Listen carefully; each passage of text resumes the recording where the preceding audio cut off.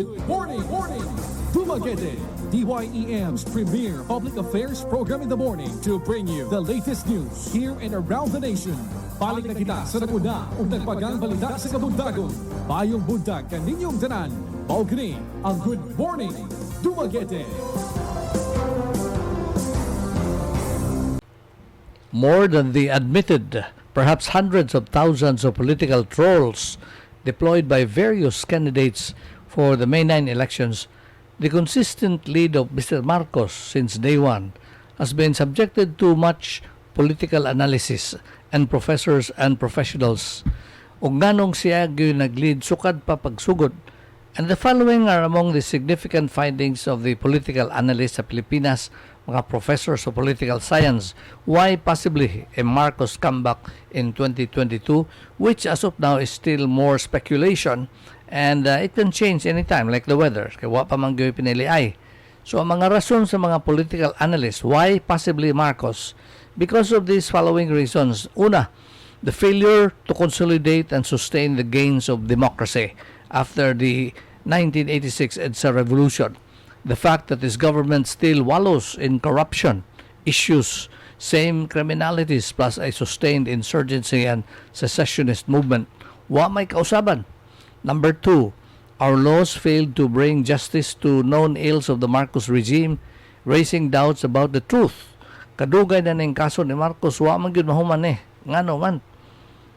Number three, failure of the EDSA leaders. Kadtong mga leader ni atong revolution, inahan og anak, became president to convict. They were failures to convict and prosecute the killers of their own father, Ninoy Aquino. Ngano man, to be the modern day hero. The so-called EDSA fever has subsided and might end this year. Number four, no serious conviction of big-time criminals, drug lords, and plunderers. Instead, wholesale vindication and resurgence of vested interests. New oligarchs have emerged, sprouted, unlimited after the revolution. O imbis mahuman na untang problema, nagkadaghan naman hinoon pagkahuman sa EDSA. Ikalimang rason, the Marcoses are accepted by the new oligarchs, apparently the elite politicians, enabling the Marcoses to consolidate their political strengths from Ilocos to the Senate and now possibly the presidency if the present trend continues. Why did Leni Robredo, number six, why did Leni Robredo win the vice presidency against BBM Marcos and now lags behind her former opponent? Where have the votes of Leni gone? Pasabot na nidaog man dahil si Leni sa vice presidency. Anong na-absent man siyang Marcos karon? Hasa man ang niboto niya. Like for example, in Negros Oriental, 200,000 voters plus for Leni. Only about 60 to 70,000 for Marcos. Anong na-absent man siya ni Marcos? Hay man dahil mga boto ni Leni. Those are the questions. Number seven, the 2016 exit polls of the social weather station shows 54% have already decided as of February kinsa ilang butahan, and 18% decided on election day mismo as to whom they will vote for presidents. Therefore, surveys are not everything. Dili kasaligan ang survey tungod kay sa election mismo nga adlaw mausab pa ang hunahuna sa mga tao. Number 8, Irap Estrada, mahinumduman nato, avoided debates and nidaog man lagi, di man mo debate ito sa Irap. Unya po si Fernando po, never attended any debate, but he was very popular. So, number 9, millennials, who are now the biggest vote sector, do not know the old Marcos at all. Kaya wa pa man sila mga tao, ani. Many millennials are asking, why was Marcos and company not convicted until now? Kadugay na, wa pa sila matao. Kikiha na. If the charge and evidence were incontrovertible. Ang pangutana sa mga millennials, nganong wa pa man, mahuman ng kaso ani. Unsa man kadugay di ay. So number 10, now as he runs BBM, owes 250 billion in estate taxes as the Marcos estate administrator.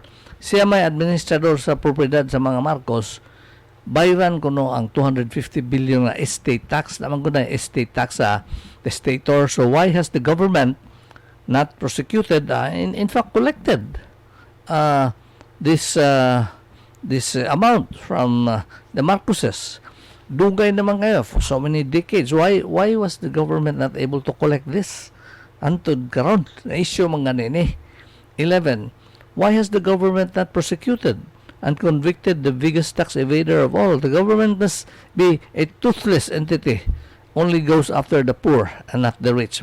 Muna yung mga findings sa mga political analysts, ako lang din gibasa. So these are the 11 points nga among gisumada. Political analysts and professors of political science. Number 12, why is Duterte's PDP Laban section supporting the Marcos Unity team?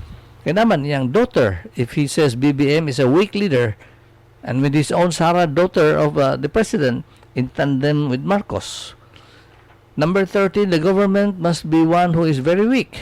It has not convicted the world's alleged greatest thief in the Guinness Book of Records. False dagway itong Guinness Book. Kaya wa man gyud ma-convicted ang world's biggest thief. And 14, failure to put the Marcoses behind bars simply speaks of a weak government, not a weak candidate. Otherwise, those charges against them were false after all. Muna yung mga 14 ka punto sa mga political analysts nga among gisumada, nga nga posible na it will be a Marcos comeback in the May 2022 elections. But like the weather, anything can change anytime. Thank you very much. Have a nice day. Inyong nabati ang sinaligan sa mga balita. Paukato ang Good Morning Dumaguete. Hangtod sa sunod edisyon sa Good Morning Dumaguete.